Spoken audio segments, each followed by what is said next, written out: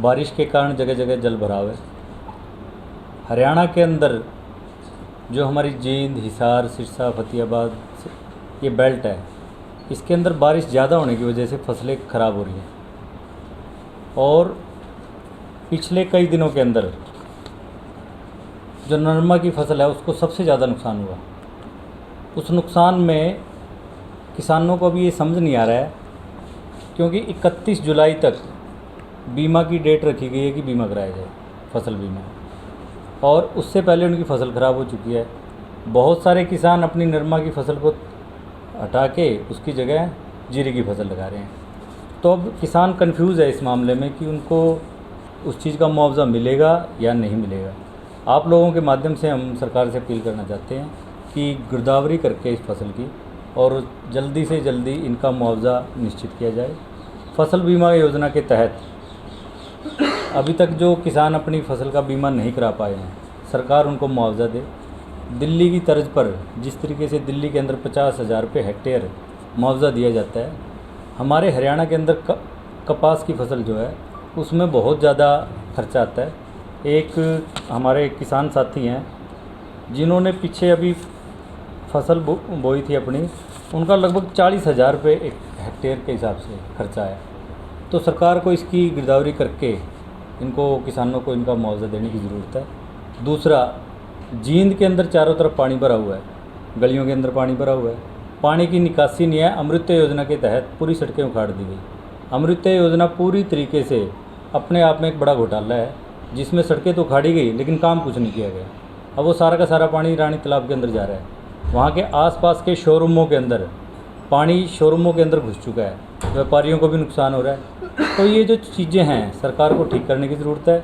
हम मीडिया के साथियों के माध्यम से यहाँ अपील करने आए हैं, सरकार से मांग करते हैं, किसानों की तरफ से मांग करते हैं कि किसानों को मुआवजा दिया जाए। जो व्यापारियों की दुकानों के अंदर पानी भरा है उसके लिए भी उनको मुआवजा दिया जाए। बीमा योजना है, ये बीजेपी सरकार की लाई हुई है, लेकिन गुजरात के अंदर इसके बिल्कुल उलट स्थिति है।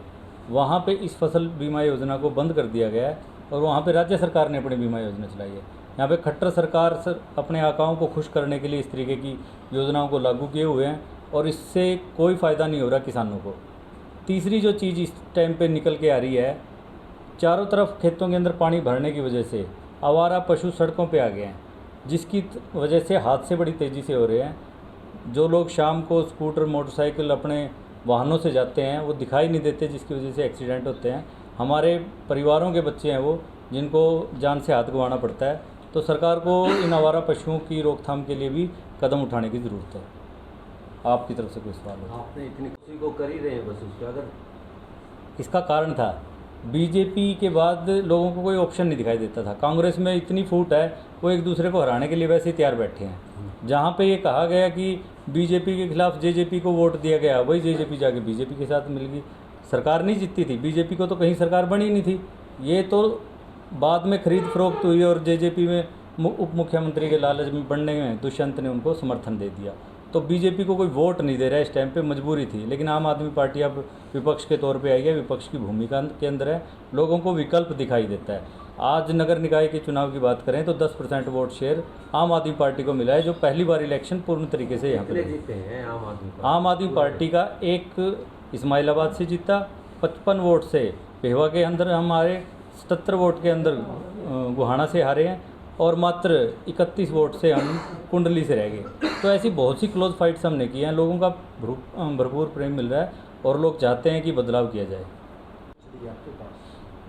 लोग आपको ही जैसे दिल्ली के अंदर हमने काम किया, पंजाब के अंदर हम काम कर रहे हैं। लोगों की मूलभूत सुविधाएं, स्कूल, हॉस्पिटल, बिजली, पानी, इन लोगों ज़्यादातर लोगों की कमाई का हिस्सा इसके अंदर चला जाता है। आप स्कूलों के अंदर देखिए, मार्च का महीना आते परेशानी आ जाती है पेरेंट्स को कि अब कैसे दाखिला दिलाया जाएगा। हर महीने उनको फ़ीस की चिंता रहती है। ऊपर से बिजली के बिलों से लोग परेशान दिखाई देते हैं। हेल्थ व्यवस्था इतनी बिगड़ चुकी है, आसपास अगर किसी सरकारी हॉस्पिटल के अंदर चले जाओ, सीटी स्कैन, एमआरआई जैसी सुविधाएं हमें नहीं मिलती है। हमें वो उतना ही पूरा पैसा देना पड़ता है जितना हमें प्राइवेट हॉस्पिटल के अंदर देना पड़े। तो इन चीज़ों को हम लागू करके, लोगों का बड़ा मन है। अगर हम किसानों की अगर बात करते हैं, 1.5 साल तक वहाँ पे सड़कों के ऊपर धरने लगा के बैठे रहे और उस चीज़ के लिए जो वो चाहते ही नहीं थे। तो ये सारी चीज़ें हैं जो सत्ता के खिलाफ जा रही हैं और आम आदमी पार्टी इनके ऊपर बड़ी तेज़ी से काम कर रही है। अगर पंजाब की बात करें, पहले महीने के अंदर ही हमने 101 करोड़ रुपया जो गुलाबी सुंडी थी उसके फसल जो ख़राब हुई थी उसके लिए बांटा था और 25,000 नई नौकरियां निकाली, 35,000 कच्चे कर्मचारी पक्के किए। जब ये काम सारी तरफ दिख रहे हैं तो हरियाणा के लोग भी तैयार बैठे हैं कि हरियाणा के अंदर सरकार लानी चाहिए और वोट देनी। पार्टी के प्रभारी रहे हैं, प्रदेश अध्यक्ष कोई नहीं है, संगठन मंत्री हैं हमारे प्रभाकर गौड़ जी, जो पूरी की पूरी संगठन को देख रहे हैं पूरे हरियाणा के।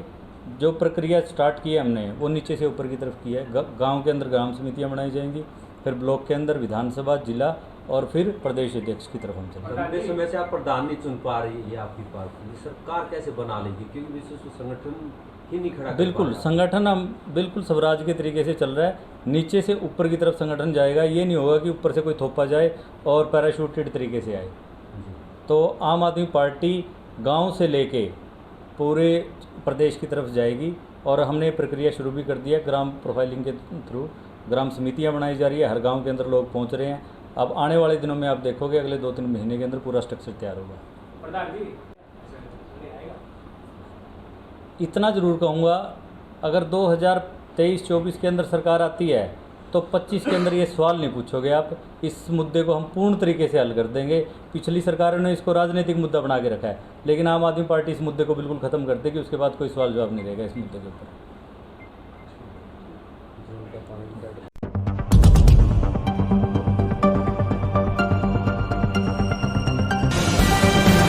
हर खबर का मतलब ब्रेकिंग न्यूज नहीं, हर बहस का मतलब हंगामा नहीं, हर लाइव का मतलब तमाशा नहीं। खबर वही जो हो बिना तोड़े मरोड़े। हरियाणा की सारी खबरें बिना तोड़े मरोड़े अब केवल हरियाणा बुलेटिन पर।